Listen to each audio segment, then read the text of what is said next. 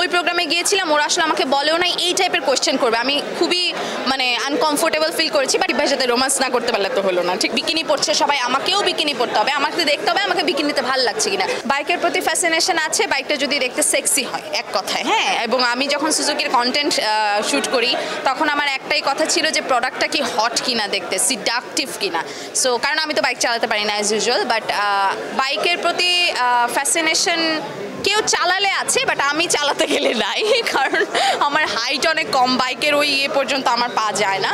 But I really like, দেখা যায় যে biker jackets, as you can see biker jackets always, তারপরে windbreaker always, এগুলো মানে এগুলোর প্রতি আলাদা ফ্যাসিনেশন আছে, সুজুকির প্রতি আলাদা একটা ফ্যাসিনেশন আছে।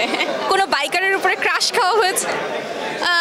না আলটিমেটলি, বাট আমি যখন একসাথে টানা 6-7টা প্রাইভেট টেলিভিশন চ্যানেলে একসাথে অ্যাট এ টাইম শো করতাম, তখন যে দেখা যেত ঢাকার একটা জ্যামের ব্যাপার থাকে, ওই সময় ক্যাচ করতে পারতাম না, ম্যাক্সিমামই লাইভ থাকতো, তখন আমি প্রচুর বাইকে উঠতাম, মানে চিনি না জানি না একজনের বাইকে উঠে গেলাম বিভিন্ন অ্যাপ ইউজ করে স্পেশালি।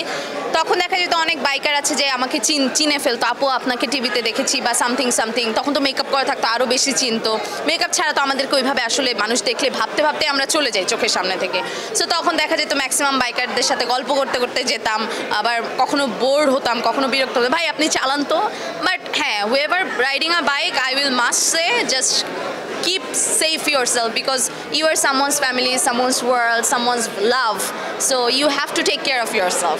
যেটা হতো যে অ্যাঙ্করের খুব ক্রাইসিস থাকতো, এখন আসলে সবাই অ্যাঙ্কর।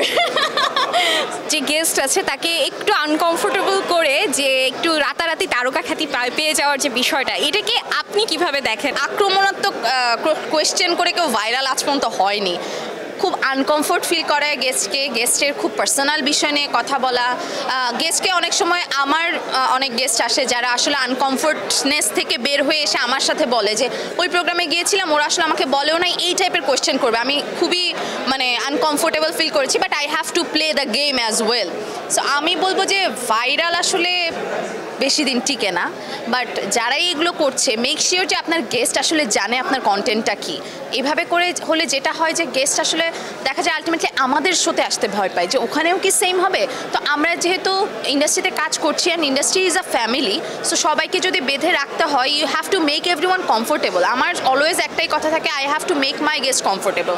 সো আমি মানে অনুরোধ করব যারা অনুষ্ঠান তৈরি করছেন, প্রযোজক, পরিচালক কিংবা অনুষ্ঠানের পেছনে যারা থাকেন, যারা কন্টেন্টটা বানান, আপনারা সব কিছু করেন, কিন্তু একটা গেস্টকে যখন আনকমফোর্টেবল ফিল করাবেন তখন এটা আসলে খুবই মানে অন্যদের জন্য আনকমফোর্টের জায়গা তৈরি হয়ে যায়। তখন তারা ভাবে যে অমুক জায়গায় যাবো কিনা, ওখানেও যদি সেম করে, কারণ সবাই তো এখন ভাইরাল হয় মানে দৌড়ে আসলে অনেক বেশি, কি বলবো, রেসে অনেক বেশি তারাই আছে।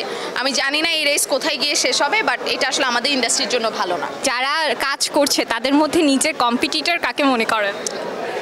আমাদের আসলে কম্পিটিশনটা সুস্থ না, অসুস্থ কম্পিটিশন। তো এই অসুস্থ কম্পিটিশনে কম্পিটিটর কেউ হয় না, কারণ যে অসুস্থ সে অসুস্থই। অসুস্থতা ধরো যে ক্যান্সার হলেও মারা যায় মানুষ, তারপর ধরো যে নর্মাল একটা জ্বর থেকেও অনেক সময় যার মৃত্যু থাকে সে মরে যায়, আবার দেখা যায় অনেকে ক্যান্সার থেকেও ফেরত আসে। আসলে এই অসুস্থ প্রতিযোগিতা আমি প্রতিযোগী দেখি না। যদি সুস্থ প্রতিযোগিতা হয় বা আমার জায়গায় ধরো যে আমি একটা কাজ আজকে করেছি, এই কাজটা পরের দিন আরেকজন খুব ভালো করেছে, আই অ্যাপ্রিশিয়েট। আমি জানি, এটা তুমিও জানো, আমাকে যারাই অনেক আগে থেকে চেনে জানে, আমি কখনো কারো পিছে দৌড়ানো, কোনো কাজের পিছে দৌড়ানো পছন্দ করি না। যারাই কম্পিটিশন করে আমি বলবো যে কম্পিটিশনটা চলেন, ফাইটটা করি ফাইটের জায়গায়, অন্য জায়গায় না করি, কারণ সৌন্দর্যের ফাইটিং হয় না। উপরওয়ালা সৃষ্টিকর্তা সৌন্দর্য সৃষ্টি করেছেন, সবাইকে আলাদা আলাদা করে সুন্দর করেছেন, সেখানে যদি আমি ফাইট মারতে যাই তার মানে সৃষ্টিকর্তার সাথে ফাইটিং হলো। সো কাজের জায়গায় কাজ নিয়ে যদি ফাইটিং হয়, লেটস ফাইট।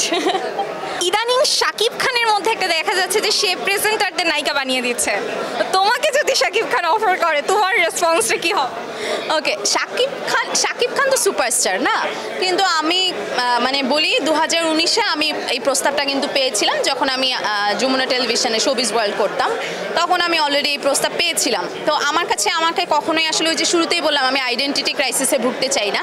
আমি যদি কখনো অভিনয় করতে চাইতাম আমি অনেক আগেই করতাম, বা এখন আমি করতে চাইলে করতে পারি, কিন্তু দেখো সুপারস্টার সে অনেক এক্সপিরিয়েন্স, তার যদি কাউকে ভালো লেগে থাকে, সে যদি অফার দিয়েও থাকে, তার ওই জায়গা ক্ষমতাটা আছে বলেই দেয়। এবং যে ব্যক্তিকে সে অফার দেয় সেই ব্যক্তি যথেষ্ট যোগ্যতা সম্পন্ন বলেই অফার দেয়, সেটা উপস্থাপক হোক, সেটা গায়িকা হোক, কিংবা যেই হোক না কেন। সো ওই জায়গা থেকে আমি যদি বলি যে ঠিক আছে, সবার তো সব কাজ যদি করতে চায় করা উচিত না, কারণ ওই যে একবারই বললাম ইন্ডাস্ট্রিটা তো আমাদের সবার পরিবার। সো এক পরিবারে আজকে ভাত খেলাম, আরেক পরিবারে গিয়ে ধরো যে পোলাও মাংস খাবো, এটাই।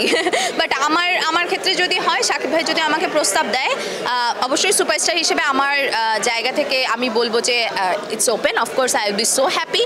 বাট দিন শেষে আসলে আমি তখন স্ক্রিপ্ট দেখবো এবং আমার ক্যারেক্টার কি আমার সাথে আদৌ যায় কিনা ওইটা দেখে তারপর আগাবো। এটা আমার মনে হয় সবাই এটা করা উচিত, কারণ শাকিব ভাইয়ের সিনেমা এখন আমাকে যদি শাকিব ভাইয়ের মা হিসেবে নেয় তাহলে তো আমি যাবো না। অফকোর্স শাকিব ভাইয়ের সাথে রোমান্স না করতে পারলে তো হলো না, ঠিক? ইন্ডাস্ট্রিতে যে উপস্থাপিকারা আসছে বা স্ট্রাগল করছে তাদের জন্য তোমার অ্যাডভাইস? আমি একটাই কথা বলি, বি ইয়োরসেলফ।